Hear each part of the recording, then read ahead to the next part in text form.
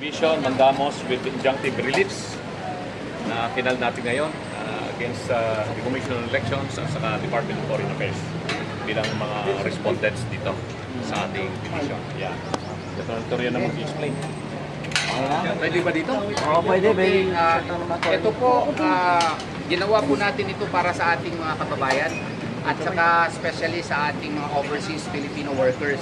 Nung nandoon kasi kami sa Hong Kong with Attorney Jamie Bondoc, Attorney Raul Lambino at saka nila Attorney Vic Rodriguez at iba pang mga kandidato, no? Nakita namin yung apprehensions and fears of the overseas Filipino workers and the overseas voters, no, concerning the system that is being sought to be implemented by the Commission on Elections. So pinag-aralan po namin and we found out na yung Commission on Elections resolutions na ipinalabas nila starting with 11061 on overseas Filipino voting system medyo depektibo po kasi po i-summarize ko na wala pa pong batas on online voting, wala pang batas.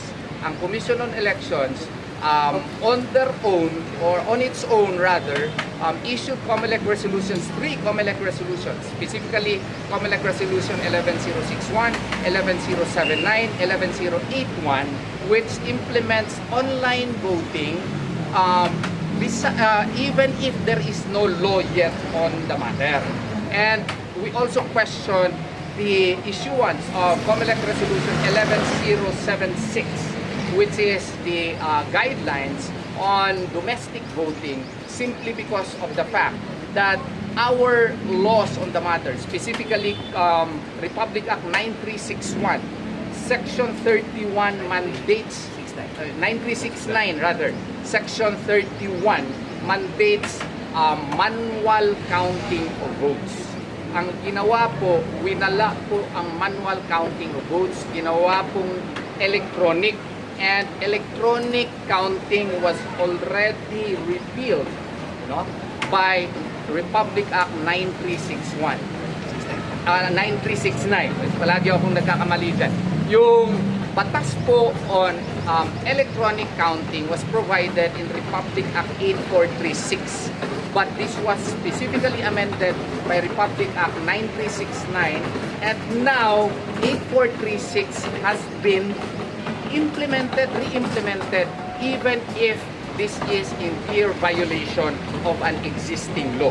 So our prayers, therefore, is that mandamos to compel the Commission on Elections to implement Section 31 of Republic Act 9369 and to issue resolutions, an appropriate resolution for the implementation of the same.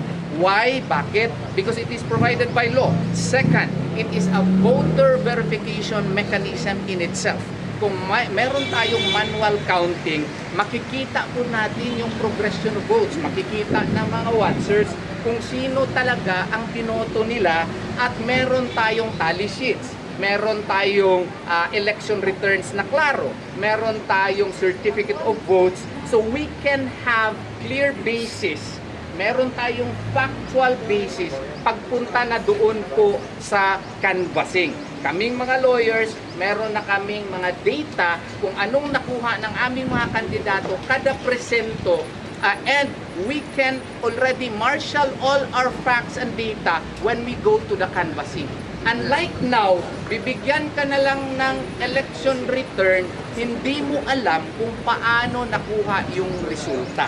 Kaya nga po, ang intention po ng batas, Republic Act 9369, is manual counting muna. Ang electronic po, canvassing lang at consolidation of votes. Hindi po included ang counting. Pero ang COMELEC, in-include nila ang counting. Sa overseas Filipino voters naman, Sections 24 and 27 of Republic Act 10591 contemplates paper ballots and on-site voting. Okay?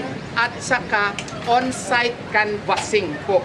Ang ginawa po ngayon, online na walang batas. So kailangan po maglagay muna ng mga klarong safeguards at saka kailangan ikonsulta. Wala kasing consultation itong online voting, diretso na lang, walang batas. At hindi po pwede ang Commission on Elections magawa ng sariling batas na hindi po batas galing ng Kongreso. Yun po ang summary ng aming petisyon.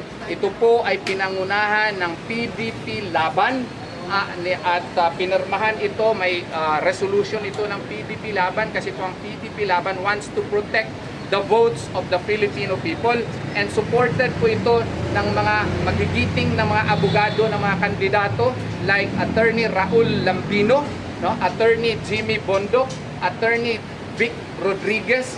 Ako rin po ay pumirma, Attorney Israelito Torion at si Attorney Glenn Chong. Hindi lang nakahabol yung kanyang perma kasi nasa Davao pa siya, but he is one of the petitioners. And meron din pong mga overseas voters and OFW nakasali po dito, petitioners. Nilimit lang namin kasi more than 200 po ang pumunta sa aking opisina. Hindi na po makaya ang pagpasiro. So nilimit lang namin. They are very supportive of our legal move. Attorney, for the record, we are praying for makapag-issue yung court ng PRO. PRO po na and mandamus, no? Mandatory injunction para po first sa domestic voting na i-implement yung Section 31 ng RA 9369 at magawa sila ng resolution para ma-implementa ito. Hindi naman mahirap kung pagboto hindi mo na ipasa doon sa machine, i-manual counting mo lang muna, wala na kailangan gastos. Doon na lang, choke na lang siguro ang tali, no? Wala na kailangan gastos. And then, this will also coincide yung concern ng isang lawyer din, si Attorney Respicio, na doon na lang i-on yung internet pag-transmit na ng mga results. Kaya para sigurado tayo, meron talaga tayong datos kung ilan ang nakuhang boto ni Attorney Lambino, ni Attorney G.B. Bondoc, kada presinto, at saka pati na rin mga local candidates. Mga local candidates ito masisiyahan. Kasi kung sino ang talagang nanalo, ay sisiguraduhin sana namin na sila talaga ang mananalo. Sir, klaruhin lang din natin. Yung OFW yung resolution kasi parang feeling nila maligaya yung election through online voting. Kaya nga ito, kasi we are saying that in the meantime, i-TRO muna ito. And what will we do? We will follow first Republic Act 10591 na 10590. Ano yung gagawin? May in-person voting, mail voting, and in certain cases, you follow what was the procedure that was done before. Huwag muna yung online voting kasi nga wala ito nakadaan ng konsultasyon as required by law. There is no international certification. And second, most importantly, there is no law calling for this and for the implementation of this scheme. Attorney, masasabi po ba natin na yung gagawing online voting ay labag po naman sa batas? I will let Attorney Bondoc answer that. Oo, kasi meron po tayong legal maxim, no, that spring cannot rise above the source. No? Ang problema nga sa online voting, although we load the COMELEC for exploring new technologies, kailangan pa rin may batas muna bago sila mag-implement. At saka isa pa, ang mandato po ng COMELEC is to ensure na hindi ma-disenfranchise ang mga voters.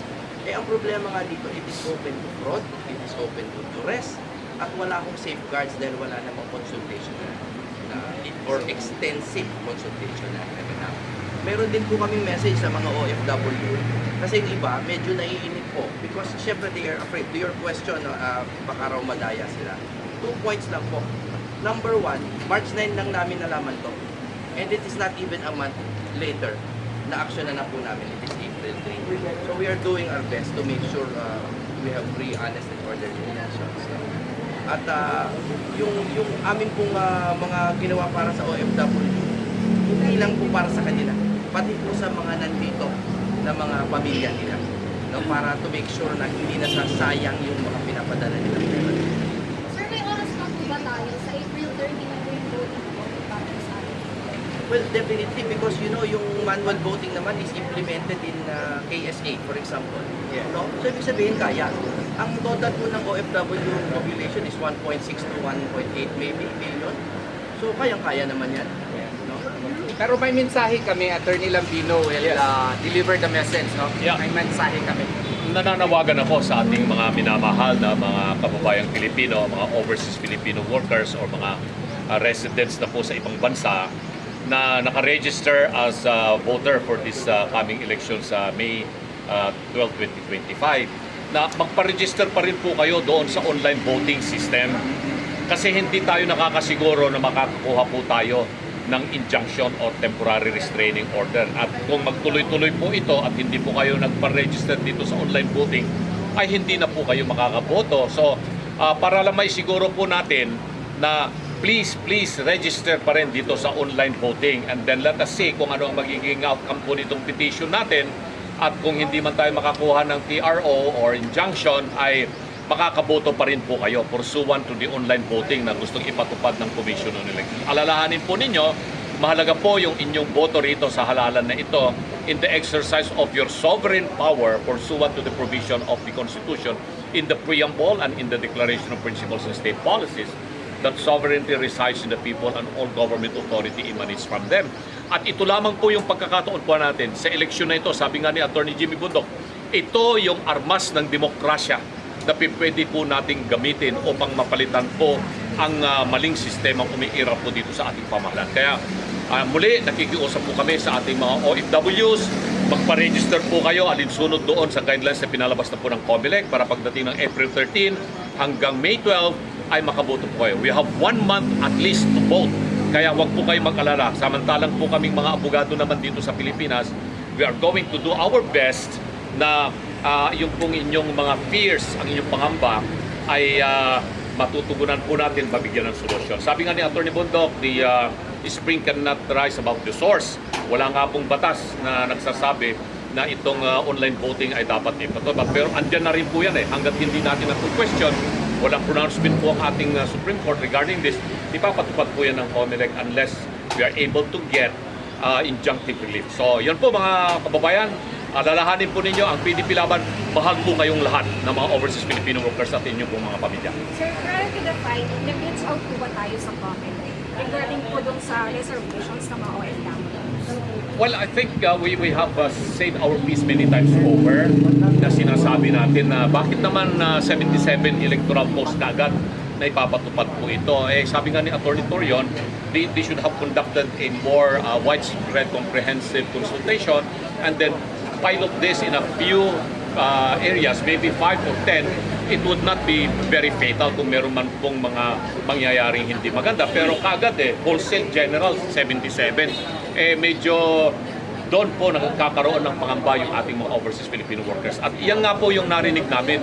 It did not come from us itong initiative na ito that just overnight ginawa namin itong petition ito. We have consulted several organizations of overseas Filipino workers. They have visited our offices. Ako, maraming nagpunta sa aking opisina from Korea, from Japan, from Singapore, from Hong Kong, and then interacted with them in online. At ito yung kanilang sinasabi. In the same manner, I can speak also for the other candidates ng PDP Laban Senatorial slate, Attorney Bundok, Attorney Rodriguez, Congressman Marcoleta, and others na yan din po yung hinaing ng karamihan ng mga overseas Filipino workers na sana ay hindi matuloy o ipatupad itong online voting. So, sana maintindihan po ng taong bayan that this is a very important case. Suffrage is the foundation or the bedrock of representative democracy. So, the right to vote is a sacrosanct right and we have to protect it and we have to make it happen that people would trust the process. If people do not trust the process, then we really have a problem. And that is why we want to have this petition granted by the Honorable Supreme Court. We are on our bended knees because this is very important for us. All other rights spring from the right of suffrage if we are doing a representative democracy. So maraming salamat po sa panahon na binigay ninyo at sana kasali ninyo kami sa aming mga prayers po sa Supreme Court na sana i-grant po ito. Thank you so much. Maraming salamat. Picture, sir. Picture, sir. Kami,